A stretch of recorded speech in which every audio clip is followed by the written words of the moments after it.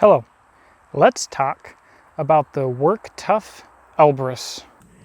Work Tuff caught my attention, let's say about a year ago on Instagram. I started seeing their designs pop up and I was certainly intrigued. This is the Elbrus. I'll put the basic specs along the video here, but it's made out of K110, which is a bowler equivalent of D2 tool steel. I'll talk about that near the end of the video. What we're going to do today is we're going to do an initial impressions review. So although I've probably used this knife more than most YouTube channels do for their full review, this is meant to be primarily my first impressions. And after a lot of testing, we will see how close I was to figuring out the strengths and weaknesses of the blade, the design, and the materials. So we're going to start off talking about the blade. Then we're going to talk about the handle. We're going to talk about overall feelings and characteristics following that, and we're going to wrap this up. First off with the blade, one of the first things that you'll notice is the quality of the edge from the factory is beautiful. It's as close to a mirror polished edge as I've ever seen on a factory knife. It's really, really nice. Came extremely sharp, and out of the box sharpness is something that I have actually recently been disappointed with some production knives. So huge bonus to Work Tuff.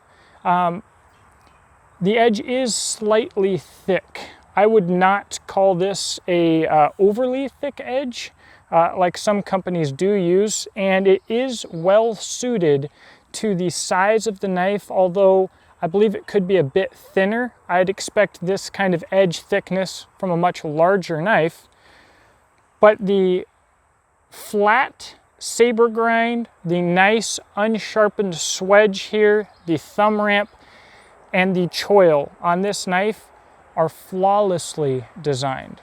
As in, this blade for camp tasks, the design of the blade, I believe, is perfect. Also, the square spine from the manufacturer is perfect.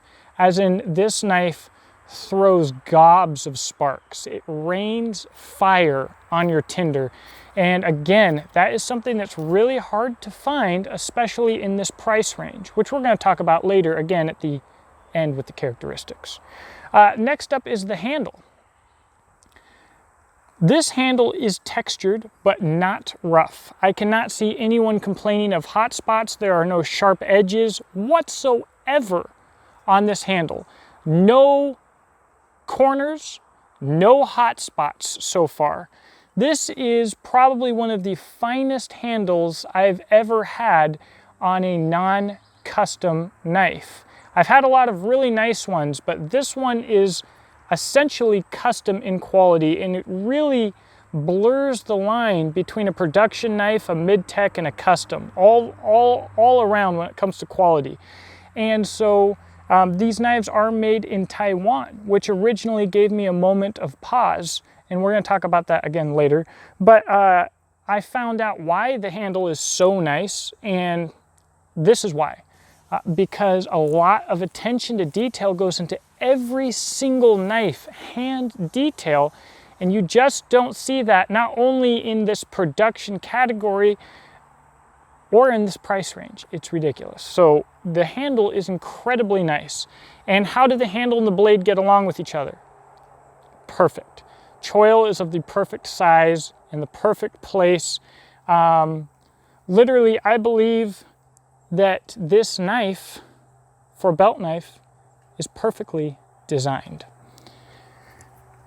Let's talk about the sheath real quick. That's one thing that I often forget about and almost just forgot about.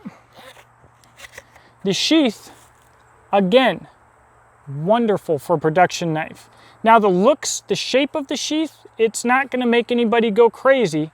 It's not the most beautiful sheath in the world, but for a production sheath, the looks aren't bad at all.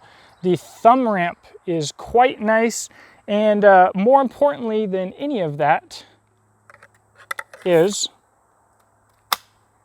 clicks in, very positive engagement, clicks out. The retention, I won't say the retention is perfect. The retention, however, I would say would pretty easily be the best that I have ever felt on a production knife.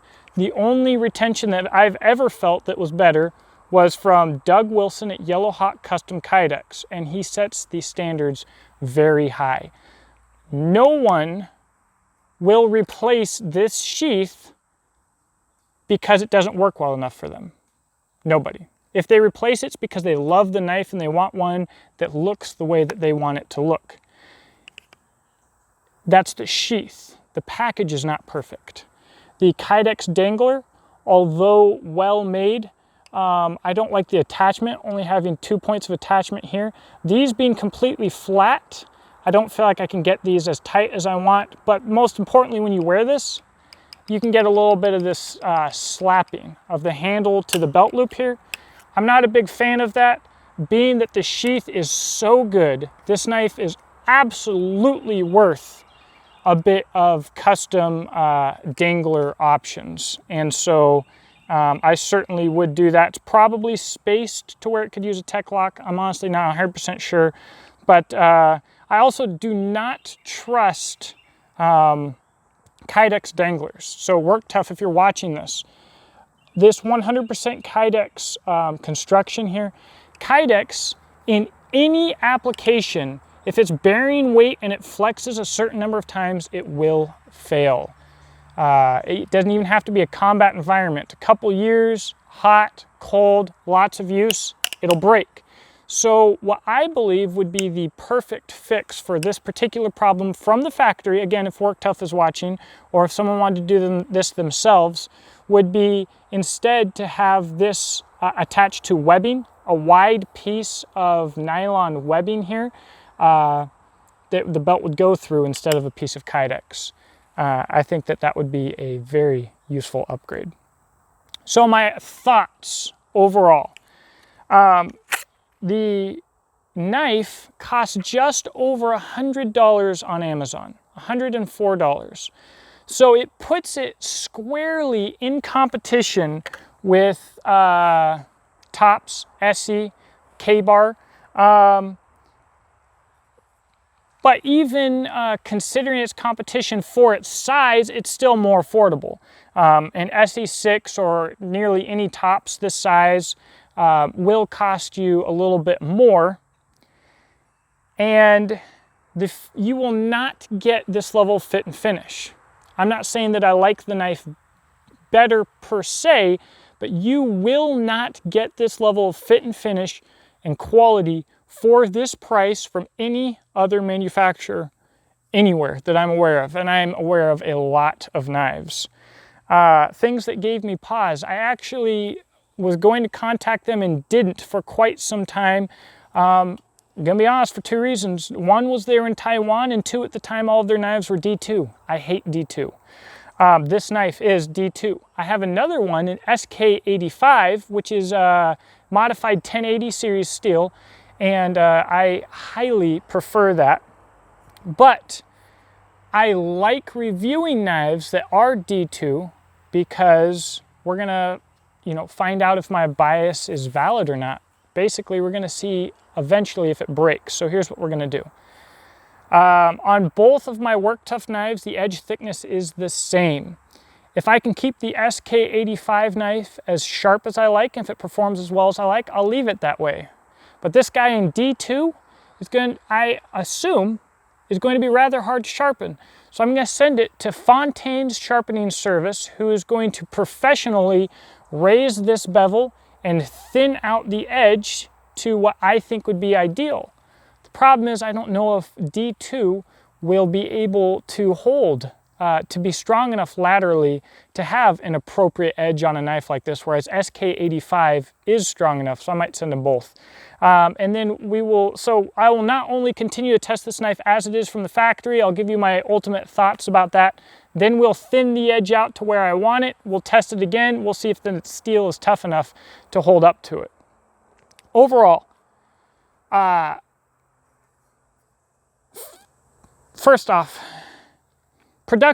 quality production is expensive anywhere. I don't care if it's China, Taiwan, or India. Making a high quality product is expensive. For a company to outsource their knives to China and make the knives, or Taiwan, of equal quality to what they made in America, it's going to cost them as much as it costs them to make it in America. So usually companies will lower their quality standards a little bit in order to save money. This Work Tuff is not an American company sending jobs overseas, which I hate. It is a Taiwanese company with guys behind the scenes who are knife people. Knife people running a knife company makes all the difference, 100%. And you can tell when you handle these because they are so good. They're better than I expected, and I expected them to be good. My friend Zeke is working on knife design with them because he's incredibly impressed with them. So here's what, I mean, it's amazing what they're offering. The level of fit and finish, the amount of handwork, the amount of man hours that goes into this single knife at $104 from any country. If you like D2, you would be crazy, and you like fixed blades of this size, you would be crazy not to get this knife. Now, if I were to go and buy one of these knives, I would opt, like the other one that I have is the Lamigo XL. I would opt to get a model in SK85 because I prefer that steel vastly. But I'm gonna be honest, I can't say enough good things about this knife. The attention to detail, the people that are behind the scenes here are clearly paying attention to what people want, because what is so hard to find on the market is a somewhat beefy knife with perfect grinds, good fit and finish, a square spine, and comfortable handles. And you can't touch it for $100. If this knife were made in the USA, I would say it would cost you $250 to $300. And even being in Taiwan, I don't know how they get the price down so low. So overall, my initial impressions, guys, if you're not paying attention to Work Tuff, you're doing something wrong. They're really, really good. And I can't wait to continue to use this knife, and I will continue to be simply blown away by their quality. In fact, you know what I think I'm gonna do? The SK85 model, I like so much, and maybe this one too. I might send them to NC Custom Leather to get a custom leather dangler. Whew, that would take this to the next level. Thank you for watching. If you enjoyed this video, please consider checking out the links in the description box below to my company, Beach & Tactical, where I make tactical and practical gear, primarily rifle slings. I believe I have invented and create the finest rifle sling on the planet. I also have a Patreon that makes these videos possible and is making some really good videos coming up possible. And I have an Amazon store, which I will soon be updating, and we will be working on a Christmas list to help all you ladies out here who watch this channel, which is almost nobody. So thank you for watching. I hope you have a blessed day, and I will talk to you in the comment section below.